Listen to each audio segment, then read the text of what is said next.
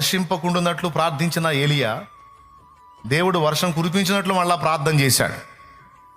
తన పనివానితో చెప్పాడు, నువ్వు మెరక ఎక్కి సముద్రం వైపు చూడు, నీకేం కనపడిందో నాకు చెప్పు. దేవుడు వర్షాన్ని పంపిస్తానని చెప్పాడు, నేను ప్రార్థన చేస్తాను. మోకాళ్ళు ఉన్నాడు, తల రెండు మోకాళ్ళ మధ్య తల పెట్టుకున్నాడు, ప్రార్థన చేశాడు. ఈ పనివాడు వెళ్ళి చూసి వచ్చాడు, పరిచారకుడు వెళ్ళి చూసి వచ్చాడు. అయ్యా నాకేం కనపడలేదు అన్నాడు. కనపడలేదా? సరిపో, మళ్ళీ ప్రార్థన చేస్తా పో అన్నాడు. మళ్ళా తల మోకాళ్ళ మధ్య పెట్టుకుని మళ్ళా ప్రార్థన చేశాడు. మళ్ళీ వచ్చాడు, అయ్యా ఏం కనపడలేదా? కనపడలేదయ్యా. ఇలాగున అతడు 7 మార్లు చేశాడు. సమాధానం రావాలే, సమాధానం రావాలే, రాలేదా? సరే మళ్ళీ పో, మళ్ళీ పో, మళ్ళీ పో. దేవుడే నాకు తెలిసి స్పందించి ఉంటాడని వీడి కాళ్ళు పోతాయని, పాప పరిచారకుడి కాళ్ళు పోతాయని.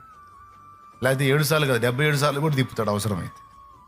దేవునికి స్తోత్రం. ఎందుకంటే ప్రార్థనలో ఉపక్రమించినోడు మొండోడు. ఏలియా మామూలుడు కాదు.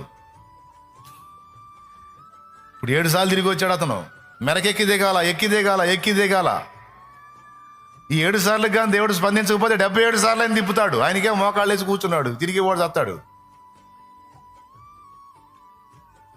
7వ మారు అతను వెళ్ళి చూసినప్పుడు అరచేయంత మేఘం సముద్రంలో నుండి పైకెక్కుతుంది. అప్పుడు వచ్చాడు కేకేసుకుంటా, అయ్యా అయ్యా అనుకుంటూ వచ్చాడు. ఏంటి అంటే, అరచేయంత మేఘం సముద్రంలో నుండి పైకెక్కుతుంది అయ్యా అన్నాడు. పో. అప్పుడు లేచాడు మోకాళ్ళ మీద నుంచి. 2 విధములుగా దేవుడు మనకు సమాధానాన్ని ఇస్తాడు. ఒకటి, మన ప్రార్థనకు జవాబు ఇచ్చుట ద్వారా సమాధానం ఇస్తాడు. రెండవది, ఆయన మౌన భాష, మన అంతరంగంలో సమాధానం.